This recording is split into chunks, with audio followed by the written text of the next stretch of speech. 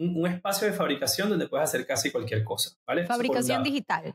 Fabricación digital, o sea, usas una computadora donde puedes hacer un diseño digital usando software digital o puedes escanear un objeto desde el mundo físico, puedes escanear estos lentes, llevarlos a mi computadora, editarlos del tamaño de mi cara y luego imprimirlos en una impresora 3D y luego tengo mis lentes perfectos para el tamaño de mi cara, ¿no? Por verte un ejemplo, y también esto se aplica en zapatos, en prótesis, etc. Un, dos, tres y...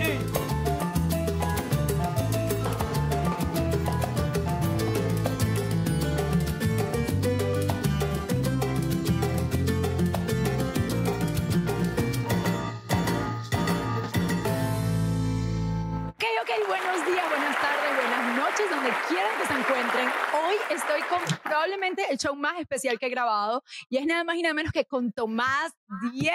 Señores, ni yo me la puedo creer. Tenía años que no veía este ser. Es pionero de diseño digital. Hemos hablado de salud, hemos hablado de astrología, hemos hablado de todos los enfoques holísticos que hay, pero no hemos hablado de tecnología, que es algo tan importante y tan resonante hoy en día en cualquier parte del mundo que te encuentres. Entonces, para eso tenemos nada más y nada menos que a este señor, amigo querido del corazón y del alma, y qué bonito encontrarte aquí y verte tan bello, igualito que siempre. Tomás es pionero de diseño digital, fundador de Fab Lab Barcelona y líder del movimiento global Fab City. Explícanos, por favor, qué significan todas estas cosas, porque yo dije, ¿cómo yo voy a entrevistar a este ser que está a otro nivel de liga, que es una persona que ha estado, o sea, tan relevante en el mundo de la tecnología, en todas las cosas que hace? Siempre desde chiquito, Tomás y yo fuimos al colegio juntos y desde chiquito siempre fue la persona, o sea, el más resaltante, aparte de Reinaldo Paredes, que sabe Dios dónde está y Dios lo tenga en su gloria, porque creo que murió. Pero, por favor, explícanos cómo llegaste ahí y cómo estás. Gracias por estar acá. Tomás está en Bali, o sea, está como a 12 Sí, horas de diferencia con nosotros. gracias por invitarme, gracias por el recuerdo a nuestra historia, la historia en la victoria en el estado de Aragua, en Venezuela. Tomás Díez, bienvenido a Expansion Lab. ¿Cómo llegaste aquí? No Expansion Lab. Cuéntame cómo llegas a ser pionero en el mundo digital. ¿Qué pasó? La verdad que no tengo ni idea, o sea, en realidad yo creo que como la vida misma hay un montón de cosas que pasan y pequeñas decisiones que parecen pequeñas en un momento y se convierten en grandes decisiones cuando las ves años más tarde, ¿no? Pero sí es un camino súper loco. Tú estabas antes mencionando nuestra historia de haber ido al colegio juntos, recordaste a Reinaldo, yo también recuerdo a Guido, a otros muchos de los amigos bueno, que hicieron con nosotros y unos que nos dejaron, y otros que están desperdigados por el mundo, como Todos. muchos de nosotros, ¿no? Como los venezolanos, ¿no? Bueno, parte de esa diáspora me tocó hacerla un poco sin saber las implicaciones, ¿no? Yo en el año 2006, aún estudiando urbanismo en la Simón Bolívar, eh, decido hacer una pasantía que supuestamente iba a ser de 5 meses en Barcelona, en el Instituto de Arquitectura Avanzada de Cataluña, que sonaba algo como nuevo, vanguardista y que prometía bastante.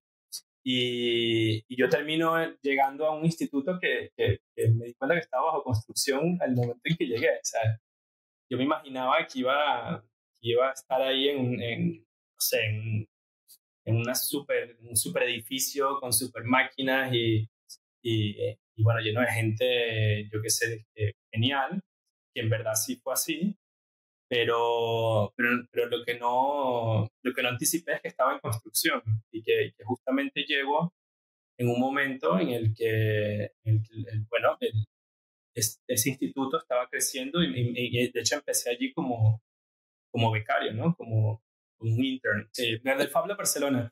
Entonces, llegando al instituto, como becario, me toca también casualmente la tarea de poner en marcha el proyecto de Fab Lab, que se había empezado a moldear, pero que en realidad había quedado un poco en el aire, que cómo iba a ser, o sea, cómo se iba a definir ese laboratorio de fabricación dentro de un entorno educativo, y que además se conectaba con un proyecto que ya había empezado el MIT, ¿no? De hecho, obviamente cuando a mí me llega la tarea, empiezo a estudiar de dónde vienen los Fab Labs, qué tengo que hacer, ¿no? Y empiezo a aprender sobre el trabajo de Neil Gershenfeld, que es un poco uno de mis mentores en todo este camino. Y bueno, Neil es un súper científico que en un momento le darán un Nobel, porque es uno de los padres de la computación cuántica, del Internet de las cosas, y que además ha sido un personaje que accidentalmente ha sido el padre de este movimiento de los Fab Labs, ¿no? Entonces, esta idea de los Fab Labs, o Fabrication Laboratories, laboratorios de fabricación,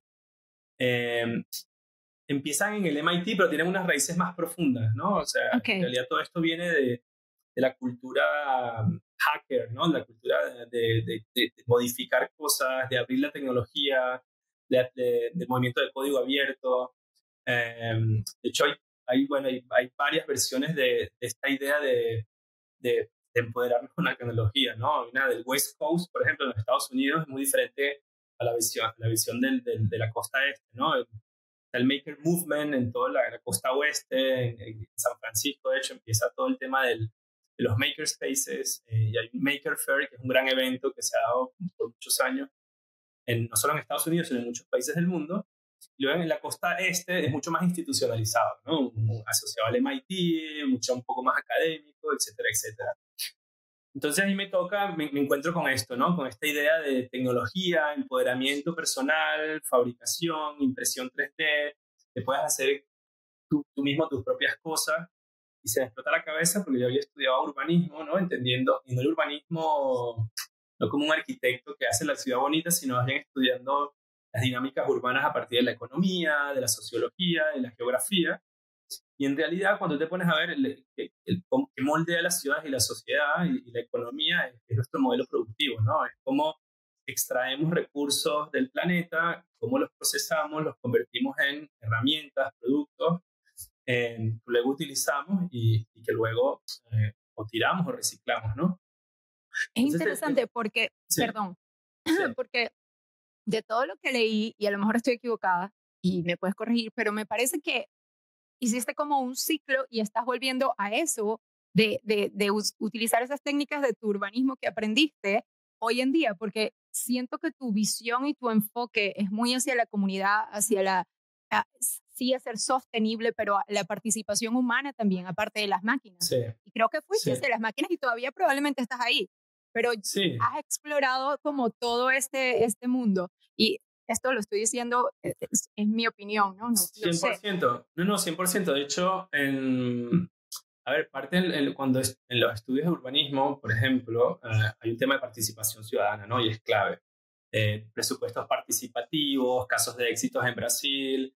De hecho, si no mal lo recuerdo, también en el estado Bolívar, en los años 80, 90, en Venezuela, o sea, hubo unos procesos que fueron ejemplares, en los cuales se involucraba a la ciudadanía a tomar decisiones conjuntamente con los líderes políticos para enfocar las prioridades e involucrar a la comunidad, ¿no? Entonces, sí, esas prácticas estaban ahí como, bueno, en parte del conocimiento en el background, pero también dentro del aprendizaje académico del urbanismo y de la arquitectura, sobre todo, hay esta visión de que el arquitecto o el urbanista es como un dios, ¿no? Entonces, ve la problemática y encuentra la solución, ¿no? Y tengo el master plan. Nosotros estudiamos mucho como el planificación urbana, es como anticipar qué va a pasar en los próximos 10 años o en los próximos 50 años en una ciudad. Y eso a lo mejor tenía sentido en los años, a lo mejor 50, incluso hasta los 70, pero en realidad el mundo ha entrado en una transformación tan brutal y que lo pone mucho mejor que yo, es un autor como Zygmunt Bauman, por ejemplo, que habla de la vida líquida, la sociedad líquida, y él se refiere a estos procesos como usando la metáfora de cómo las sociedades más antiguas, ¿no? O incluso de la primera mitad del siglo XX, todavía se aferraban a ideas que no cambiaban en el tiempo o que cambiaban muy lentamente, ¿no? La idea de la familia, del trabajo, los cambios geopolíticos, o sea, todo pasaba muy lento, lo cual te permitía como que aferrarte a ideas que eran constantes, ¿no?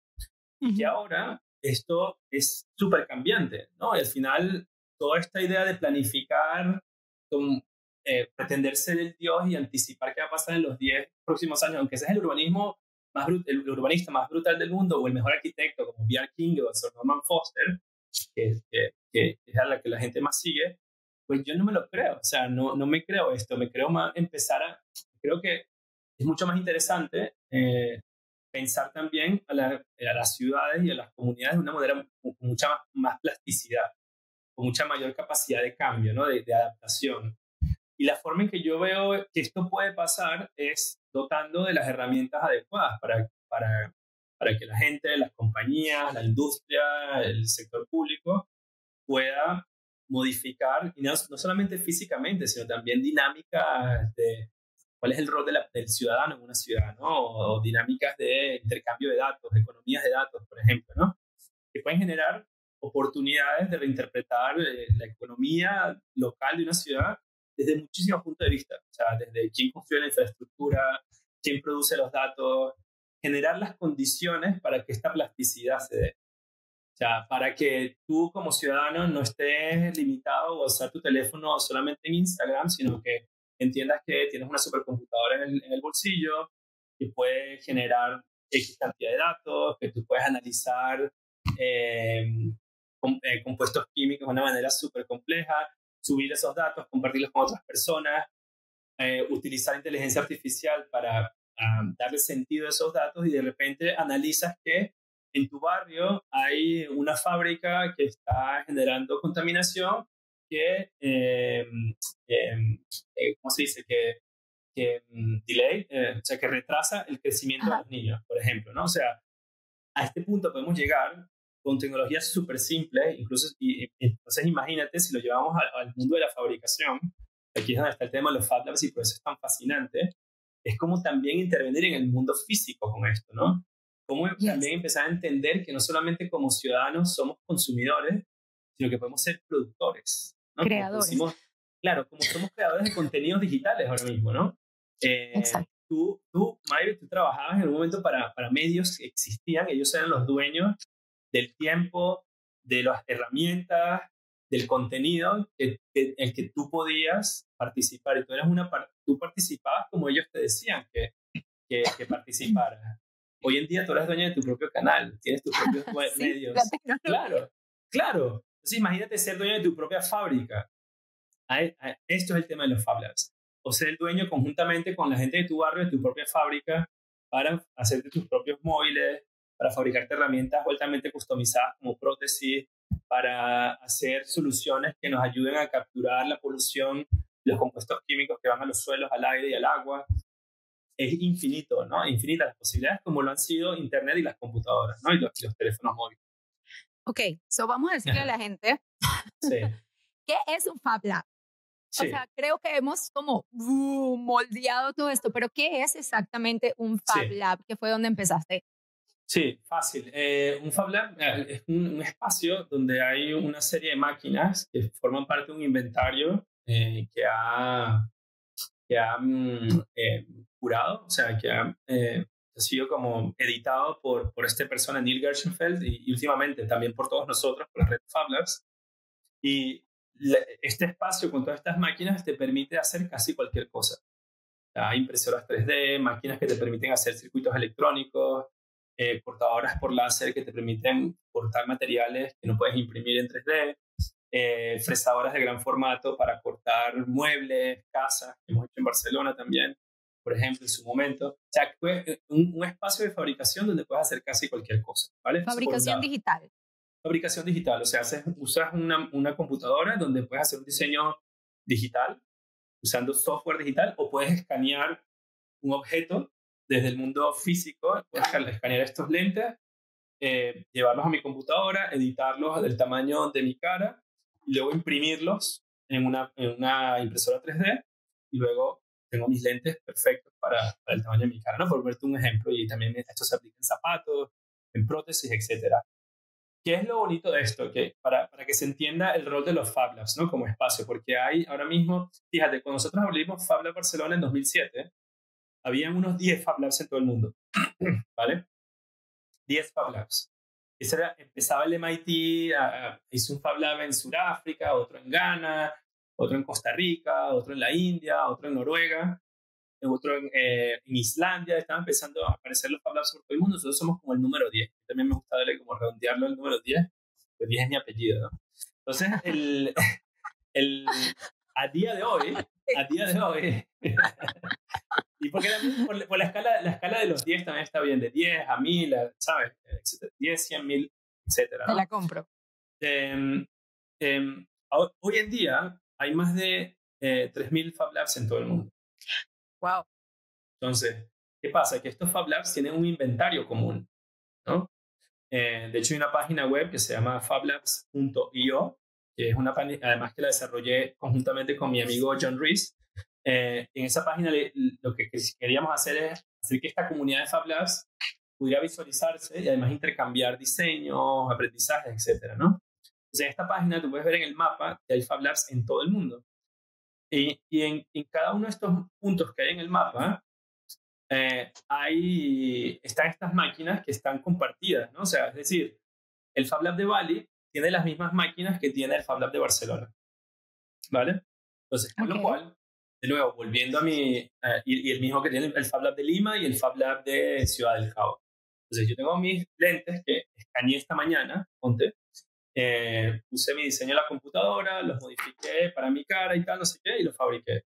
Funcionaron, entonces yo digo, mira, ¿sabes qué? Lo voy a subir, lo subo a una página web, puede ser Thingiverse o Wikifactory, hay muchas páginas web donde o plataformas donde puedes subir tus diseños digitales, y otra persona en Lima, o en Los Ángeles, o en Caracas, o en Ciudad del Cabo, se puede descargar este mismo diseño y lo puede modificar de acuerdo al tamaño de su cara y lo fabrica localmente. Eso es lo que estabas hablando de código abierto, de que, correcto, o sea, tienes claro. acceso. Exactamente, tienes el acceso a la receta madre de cómo se hace algo, ¿vale? Es como, mira, fíjate cómo cambia esto. O sea, en lugar de yo fabricar todos los lentes que quiero vender en Indonesia y enviarlos al mundo, pues yo subo el diseño en código abierto, lo puedo dar gratis o le puedo poner un precio y cualquier persona se lo puede descargar y fabricarlo bajo demanda localmente. Eso quita el monopolio.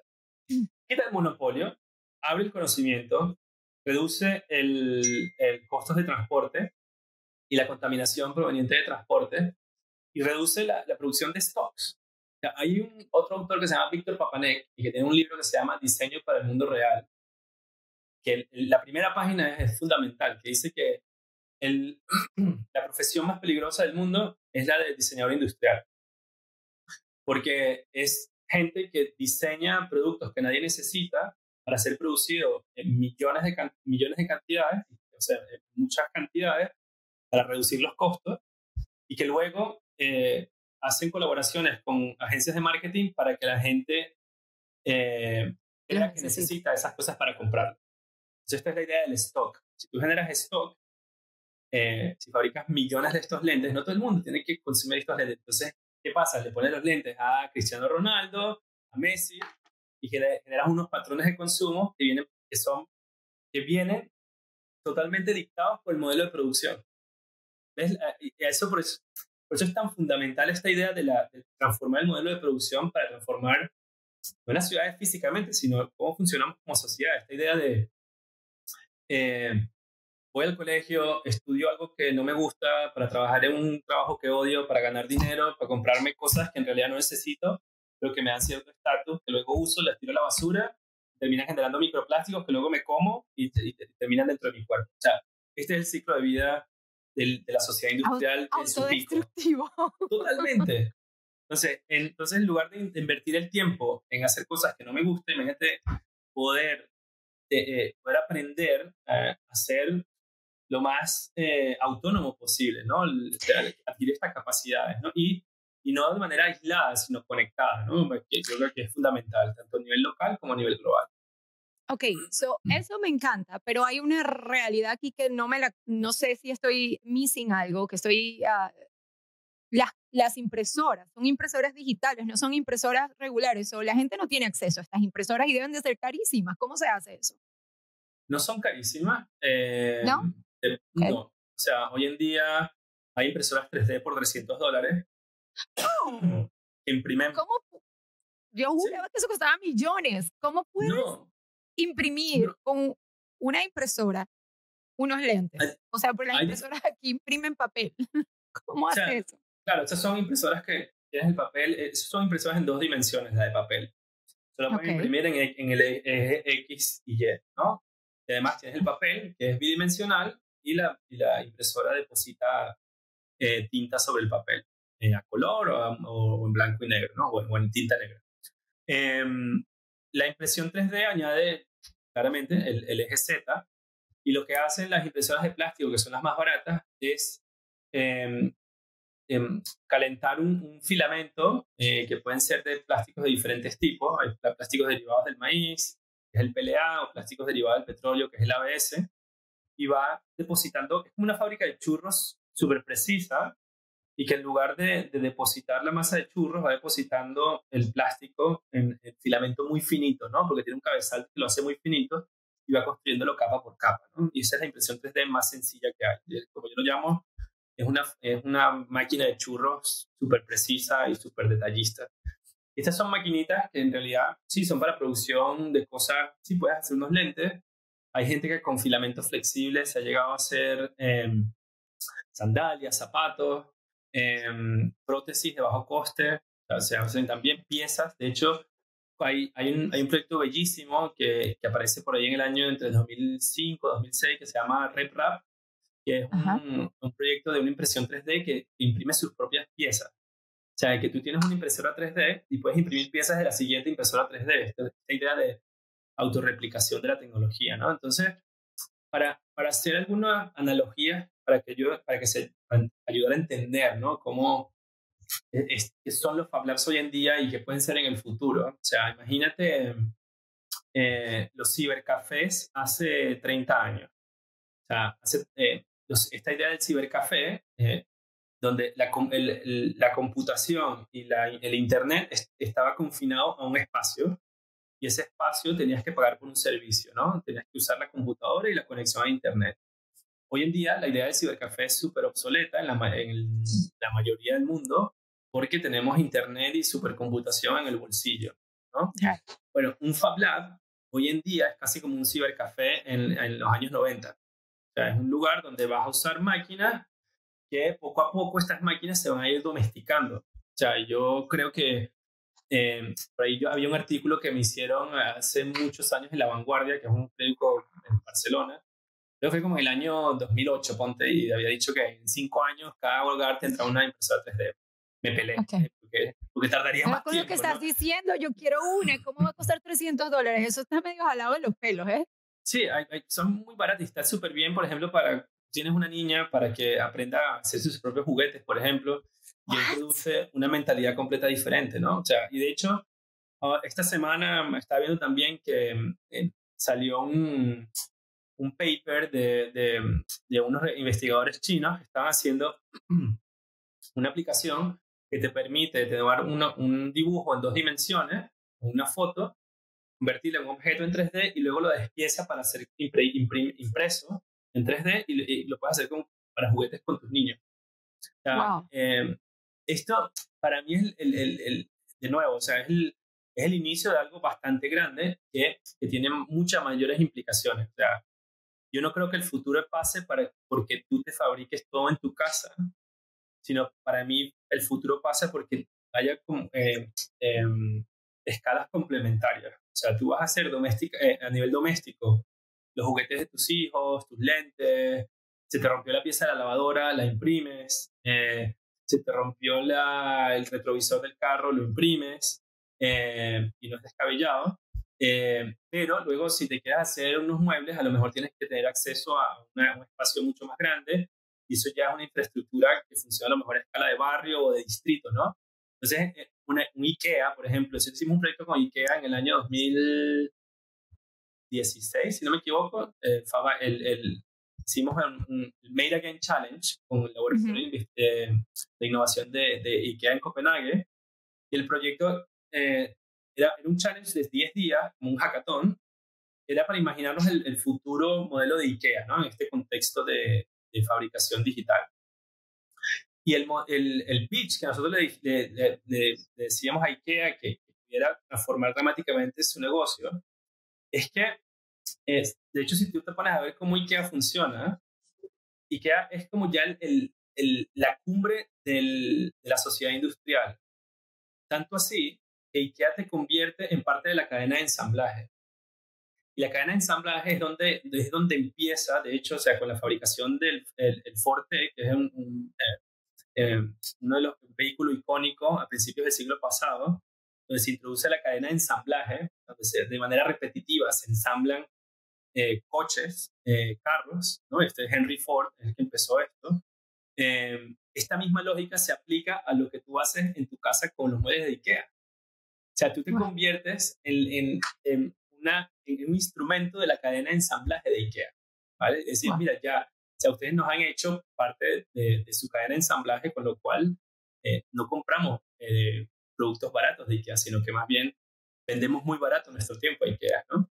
Entonces, el modelo alternativo a esto es que en lugar de IKEA tener warehouses en las afueras de las ciudades, donde almacenan productos desensamblados y que luego tú los recoges y los llevas a tu casa para ensamblarlos, pues las fábricas de IKEA, o sea, IKEA se convierta en un lugar que es una fábrica flexible, que fabrica bajo demanda diseños que la gente hace por sí misma, usando realidad aumentada, diseñando un mueble muy específico que quiere en un rincón de su baño, pero no necesariamente tiene que ser el mismo que tiene millones de personas en todo el mundo. Y que estas fábricas flexibles utilizaban materiales reciclados que vienen además de la basura que se recoge del mismo barrio.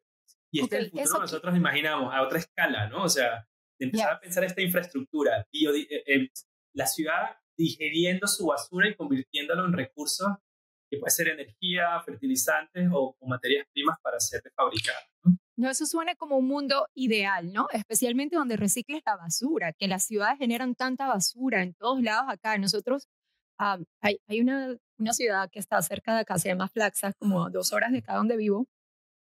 Y el frente de la casa, o sea, el frente de la casa es una montaña preciosa, pero si entras a la montaña y ves, una vez tuvimos que botar unas lavadoras y es un basurero, una cosa de otro mundo que dices, ¿cómo esto está aquí? Y nadie sabe, o sea, al menos que tengas que ir a botar la basura. Se ve como una montaña con árboles y todo bellísimo, pero es una cosa, y yo no sé qué pasa con eso, qué hacen, creo que lo queman en algún punto, pero es una cosa terrible. So, me llama la atención eso que dices, si podemos usar esos recursos y convertirlos en algo más. Eso me lleva al tema hablas de que las máquinas no son caras. Ajá. Y dices, bueno, ok, entonces, ¿por qué esas máquinas entonces no son accesibles o por qué no sé? Vamos a indagar en eso, pero antes, el material, porque tú dices, sí, la máquina cuesta $300, entonces yo ahorita me meto y compro una máquina de esas, cuesta $300 y voy a imprimir los juguetes de mi hija. ¿Y qué material voy a usar? Entonces, en el mundo ideal, en el mundo ideal usamos la basura, pero ¿qué voy a usar hoy? No, mira, la diferencia de todo esto es que gracias a que una gran parte de esta tecnología de impresión 3D se ha vuelto abierta o está en código abierto, ha hecho que haya un ecosistema muy rico, mucha variedad de diferentes tipos de impresoras, de tamaños, de calidad obviamente, y también consecuentemente de los materiales, ¿no? Y los materiales también se han mantenido en un precio relativamente barato, o sea, no es como el modelo de impresoras de marcas que nosotros conocemos. Una muy famosa, de hecho, HP, que se metió en el negocio de impresión 3D y fracasó en su primer intento, porque quería precisamente hacer eso que tú estás pensando, ¿no? Tú me traes la impresora 3D, me la vendes barata, pero luego me haces comprar la tinta o el material. Exacto, la monopolización. Exactamente, claro. Y además, y eso parte de tener una cadena de suministro cerrada en un ecosistema cerrado. Pero como hay tanta variedad de impresoras 3D usando tecnologías que se llama FDM, que es Fused Deposition Modeling, entonces hay muchos fabricantes de material, de la impresora en sí mismo, y de hecho, ahora mismo, por ejemplo, fábricas o fabricantes punteros de este tipo de impresoras de bajo coste están en República Checa, por ejemplo, es la Prusa. En Barcelona, Barcelona 3D también está haciendo impresoras muy bonitas también, muy capaces. Bamboo Lab está por aquí, por Asia. Los coreanos también están haciendo hay como una regionalización de la producción de la tecnología que es súper bonita también, ¿no? Y eso nos lleva... ¿Sí? Ajá, coge. Sí. No, yo me imagino que esto puede pasar en otros ámbitos también, ¿no? Y de hecho, si tú te pones a ver lo que está pasando ahora con los teléfonos móviles o con la industria automotriz, está regionalizando la producción, ¿no? Aunque de una manera un poco tricky. En el caso de los carros... Todo esto es tricky. A mí me pareció, yo le vi la ironía a todo lo que leí sobre este tema. No, en realidad esto lo podemos desmitificar y encantado de ir como chequeando. Y de hecho, a mí no tengo ningún reparo en hablar de las limitaciones, claro. de verdaderamente hasta a dónde va esto, qué parte es especulación, qué parte es real. Y yo normalmente lo que digo, yo únicamente puedo hablar desde mi experiencia de cómo empezamos y por dónde va. Y para mí la curva sigue ascendiendo con riesgo de que se desinfle, etcétera, pero sigue en ascendencia en la expansión, ¿no? Existe la Expansion Lab, esta expansión de los Fab Labs, sigue la expansión por ejemplo, del acceso a esta tecnología por parte de niños en la escuela. Y ahora estamos trabajando con 4 o 5 escuelas aquí en Indonesia que quieren poner dentro de y que no es nada en relación con el número total de Indonesia, pero no solamente en Indonesia, sino en muchas partes del mundo, escuelas que ya dentro de su infraestructura, donde los niños aprenden, está un Fab Lab. Y esto no es nuevo, esto está pasando en Estados Unidos, en muchos lugares del mundo, ¿no? O sea, ya los niños aprenden con el ordenador y con la máquina conectada al ordenador, ¿no? O sea que en este sentido, yo creo que todavía vamos en buen camino, pero es verdad que o esto empieza a dar resultados reales que los ha dado, pero que con sus asteriscos, o es un hype, ¿no? Y al final se convierte en algo solamente que puedan hacer los geekies de la tecnología y ya está, ¿no? Era un poco lo que pasaba con las computadoras en los años 90, o sea, solamente lo usaban el que usa la computadora, ¿no? Y ahora todo el mundo usa la computadora, ¿no? Pero ahora todo el mundo usa una computadora. A mí me encanta el concepto y me encanta el concepto y siento que, wow, o sea, le da una autonomía a las comunidades, a la gente, a las familias. O sea, hasta yo me dije, oh, yo me voy a comprar una computadora de esa, pero no tengo idea de cómo, no sé exactamente. Pero toda esta conversación me lleva al Fab City, ¿no? Entonces empezamos en el Fab Lab, que es el laboratorio de fabricación digital, y Fab City es como la expansión de estos laboratorios a nivel a las ciudades y al acceso de todas las personas a esto. ¿Es más o menos algo así? Correcto. Por favor, instígueme. No, es un poco, yo uso una metáfora, ¿no? Que es la de romper las paredes de los Fab Labs, ¿no? Los Fab Labs empiezan en el MIT, ¿no? El MIT es una de las universidades más elitistas de todo el mundo.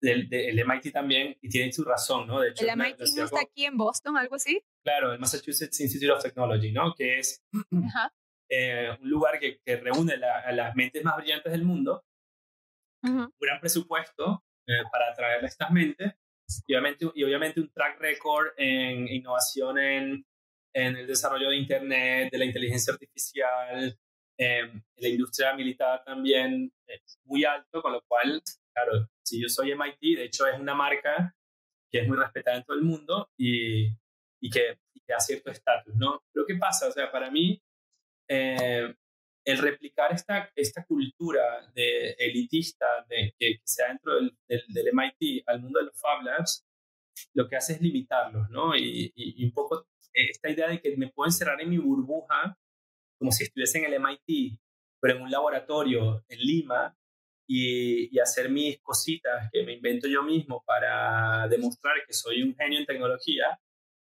no tiene mucho sentido. O sea, no sé, para eso vete a la universidad o vete al MIT per se, ¿no?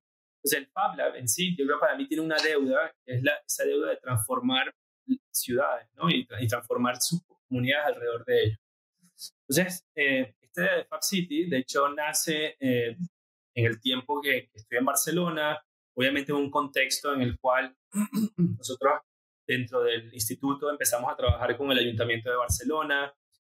Entonces, en el año 2014 lanzamos un reto, o sea, convencimos al alcalde de lanzar un reto, que es el reto de hacer que las ciudades produzcan casi todo lo que consumen antes del año 2054, ¿no? Era un reto un poco así vago, pero era una manera, una provocación, ¿no? De decir, mira, este tema de los Fab Labs y las tecnologías de fabricación digital está creciendo, así como el Internet ha transformado la forma en que vivimos. Muy probablemente la fabricación digital lo va a hacer también, porque va a transformar cómo producimos, ¿no? Cómo aprendemos, cómo todo, ¿no? Cómo generamos economía, etcétera. Y esto va a tener implicaciones en las ciudades. Cómo podemos trabajar a esta otra escala, partiendo de lo que está pasando en los Fab Labs, ¿no? Y obviamente también aquí hay, para mí, el tema de Fab City termina resonando perfectamente porque, y parte de darle vida a esto nace también por ser urbanista, ¿no? O sea, haber estudiado en la Simón Bolívar, en una carrera como urbanismo, el entendimiento de la ciudad de una perspectiva socioeconómica, geográfica, y no tanto como de la belleza o de lo estético, sino de lo funcional también, me ayuda a hacer el encaje de okay, cómo esta transformación tecnológica cambia la forma en que producimos y cómo eso al final cambia la ciudad, porque en realidad la ciudad, si tú te pones a ver, las zonas industriales, las zonas residenciales, las zonas comerciales, siguen el modelo industrializado del siglo XX. Pero si esto cambia, nos tenemos que reinventar qué es la ciudad, tenemos que repensarlo todo, ¿no? Y ahí es donde creo que está la riqueza de este proyecto de Fab City, ¿no? Ahora lo que conseguimos con esa provocación que lanzamos en 2014 es que otras ciudades nos tocaran la puerta y dijeran, mira, queremos ser parte de Fab City. Nosotros en realidad no sabíamos muy bien, o sea, qué significa ser parte de Fab City. Pero vamos a darle. Ni teníamos un plan de 40 años establecido, ¿no? En realidad fue una cosa como que, mira, vamos a aprovechar esta oportunidad, trabajar con el alcalde de Barcelona, montamos una red de Fab Labs públicos en Barcelona, empezamos con 2 en su momento y ahora ha ido creciendo y sigue creciendo.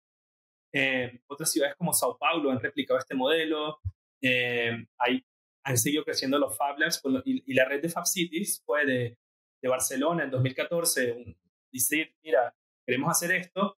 Al día de hoy tenemos 54 ciudades que son miembros plenos, ¿no? Con súper compromisos de ciudades como París. En 2018 estuve con la alcaldesa de París, con Anne Hidalgo, en la Marie, que es la alcaldía de París, organizando el Fab City Summit, con el apoyo de la Unión Europea. O sea, llegamos ahí a un punto como cumbre de convencer al alto liderazgo europeo de que esto es algo creíble y viable, ¿no? Y bueno, esa bomba un poco se ha ido, no diría desinflando, sino que yo creo que ha ido perdiendo fuelle, al menos a nivel europeo, con algunas excepciones. París todavía sigue muy activo, Hamburgo en Alemania también sigue muy activa, Ámsterdam también, Barcelona también. Pero lo que yo empiezo a ver es que hay mucha más necesidad y sentido para que este tipo de iniciativas se den en contextos como en el latinoamericano, en el que estoy, ¿no? Que es en el de Indonesia. Entonces ahora... ¿Por qué? ¿Por qué ha perdido fuelle, como tú le dices? Porque en Europa es muy reacia al cambio, principalmente por esto. O sea, muy conservadores. La innovación europea, y mira, yo en mis tiempos en el Fab Lab Barcelona, el 60% del presupuesto que manejábamos, que es el presupuesto grande, venía de financiación europea proveniente de los fondos de investigación e innovación, ¿no? De la Comisión Europea. Y una de las limitaciones que en realidad empezaba como a florecer era que la innovación era cambiar regulación. O sea, era como que nuestro Póliza. objetivo era cambiar la policy. Ujú. Cambiar las leyes, cambiar regulaciones, cambiar cómo el liderazgo político percibe una cosa u otra, y queda un poco aparcado esta idea de más la innovación radical, un poco más la innovación libre, un poco más desregulada, ¿no? Que también le da mucha autonomía a la gente, ¿no? Y es Claro. parte de lo que Claro, algunas... claro. Entonces, en contextos como el indonés, que es un poco Wild Wild West, el sureste asiático es muy dinámico, cambiante, joven, es donde yo creo que hay oportunidades de testear estos modelos. Y además, FabCity introduce este modelo de FabCity, ¿te acuerdas la idea que te estaba mencionando, ¿no? De los lentes que diseño en Bali, me los fabrico, pero subo el archivo, tú los descargas en Los Ángeles o en Ciudad del Cabo, etc. O sea, imagínate que esto pase a gran escala, ¿no? Y que Claro. en realidad hay un directorio o una base de datos de recetas de cómo fabricar carros, casas, computadoras, tecnología, y que tengamos la capacidad de producir bajo demanda lo que necesitemos a nivel local, ¿no? Entonces, esta idea un poco es difícil de imaginarla, ¿no? Del todo hecho en China, empacado, puesto en un shipping container, se lleva a las tiendas, lo compras por Amazon o lo compras en el high street stores, o lo que sea. En realidad tú, como consumidor, estás limitado a las opciones que alguien decidió por ti ya, ¿no? Y aquí estamos introduciendo, bueno, un grado de libertad que también da miedo. O sea, yo me acuerdo cuando yo de hecho, o sea, porque con todo este crecimiento de los Fab Labs, hemos desarrollado programas educativos, eventos cada año, por ejemplo, etcétera, etcétera, ¿no? O sea, hay toda una serie de organización un poco caótica, pero que está ahí detrás. Y uno de los programas es el Fab Academy, y que a mí me tocó hacer de conejillo de indias en el año anterior a que lanzamos el Fab Academy, y yo seguí una clase del MIT desde Barcelona, que es la clase de Neil, que se llama How to Make Almost Anything. Y en esta clase vas aprendiendo cada semana una nueva forma de hacer algo, ¿no? Aprendes a diseñar y fabricar tu circuito electrónico, aprendes a escanear en 3D y fabricar lo que escaneas en 3D, modificarlo, a construir algo grande como hice skateboards o sillas. O sea, vas aprendiendo cada semana a hacer diferentes cosas y al final integras todo en un proyecto final. De hecho, hice 2 proyectos. Uno era una instalación arquitectónica interactiva, lo hicimos en colaboración con Daniel Ibáñez, y otro proyecto mío lo hice, fue un sintetizador modular en código abierto, ¿no? Entonces, esta clase terminas con pánico, porque dices, coño, ahora aprendí a hacer todo, ¿y ahora qué hago? ¿No? Es la gran pregunta. ¿Y por dónde empiezo? ¿Y por dónde empiezo, no? ¿Qué necesito? No, pero haces casas, hiciste una casa, ¿no? Bueno, para hacer una casa necesitas mucha gente. O sea, sí, fui parte de la Fab Lab House. Hicimos una mega instalación interactiva en Venecia para la Bienal de Venecia. Y un proyecto que sí empecé yo con Alex Posada, que es otro amigo, que es el Smart Citizen, que es un sensor de bajo costo para que la gente capture datos sobre polución en la ciudad y los comparta en un poco de contrapeso a esta idea del Smart City. O sea, hay una serie de proyectos que se han convertido como en manifestos de que, bueno, esto es posible.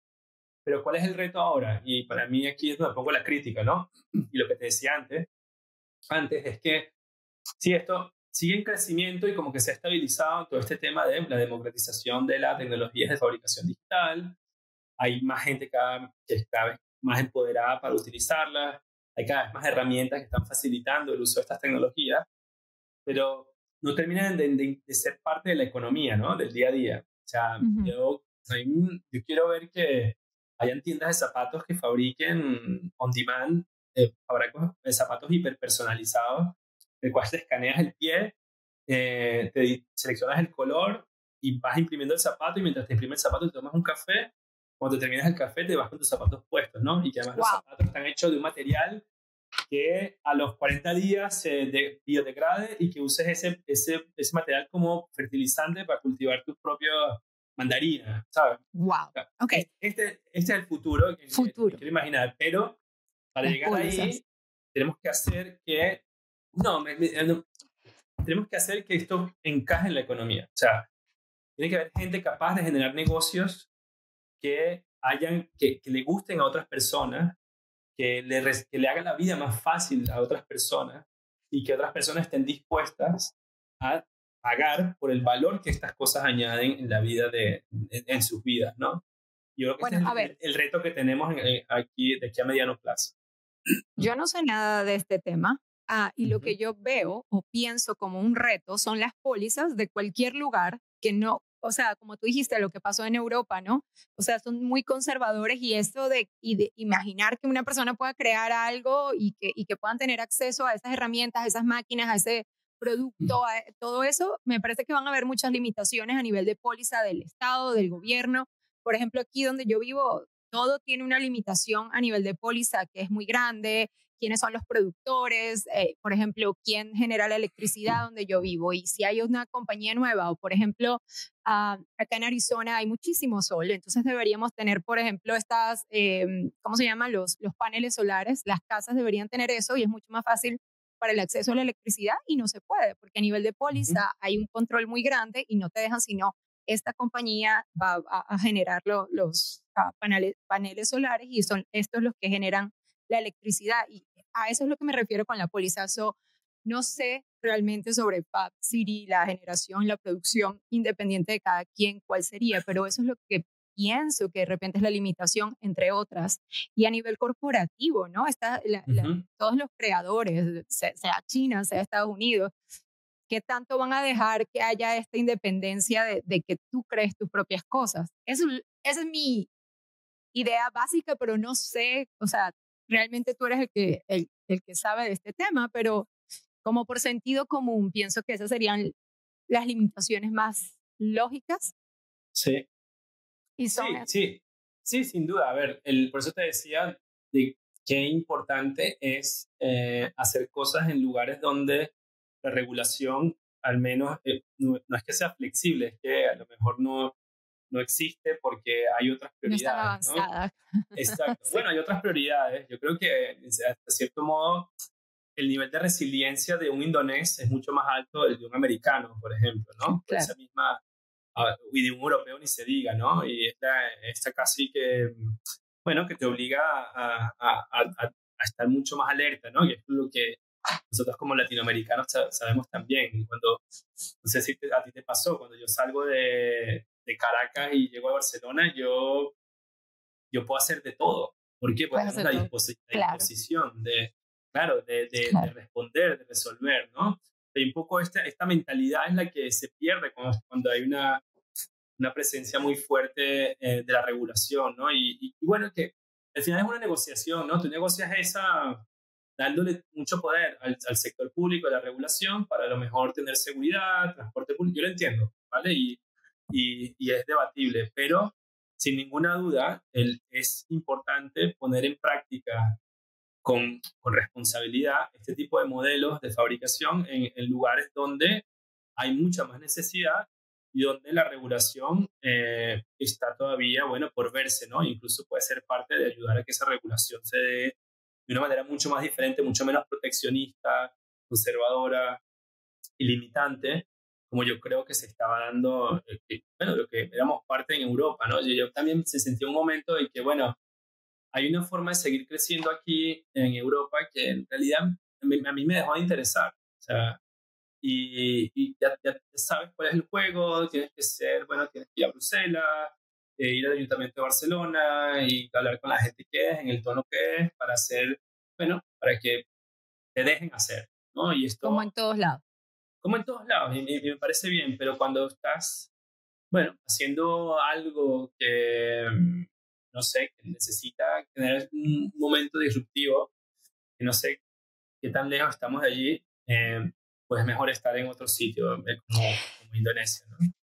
Sin embargo, has logrado y lograste, y voy a decir tú, tu equipo, lograron el crecimiento de la fabricación digital y la educación, porque cuando yo me metí en internet y puse Google Tomás 10, de TED Talks, todos los viajes, todas las conferencias que has dado, todos los laboratorios de fabricación digital que has creado en cualquier parte del mundo, has puesto la semilla y no sé hasta dónde llegue, pero definitivamente has logrado un impacto grandísimo en todo esto. ¿Cuál es el plan ahora o el futuro? Ahora te fuiste a Indonesia, ¿cuál es la visión? ¿Qué ves? ¿Qué pasa? Ya, bueno, a ver, yo me siento parte de algo en lo que hay mucha gente como que al mismo tiempo nos creímos. O sea, yo he ayudado a que esto sea un catalizador para ciertas cosas de una fuerza que está ahí, que es latente, pero no soy yo quien la ha creado solo, ¿no? Y no creo que nadie, tampoco no le doy ese crédito a una sola persona. No, o sea, creo que cualquiera, o sea, me quito a mí, pero también quito a otros. Claro. Sí, una comunidad amorfa, porque tampoco funciona como comunidad, pero es como yo lo llamo como un delirio colectivo. Pero has nombrado a mucha gente, has hablado de mucha gente, son como todos innovadores que están tratando de... Yo lo llamo delirio colectivo. Okay. Esto es como cuando mucha gente se cree la misma locura, que parece imposible, y que aunque no estemos de acuerdo al 100% y no hacemos todo en perfecta coordinación, pues todos más o menos empujamos hacia una dirección más o menos similar, y ha hecho que esto, bueno, gane el cierto momento que... Si te gustó este episodio, no te pierdas la segunda parte con Tomás Díaz y el futuro de la tecnología.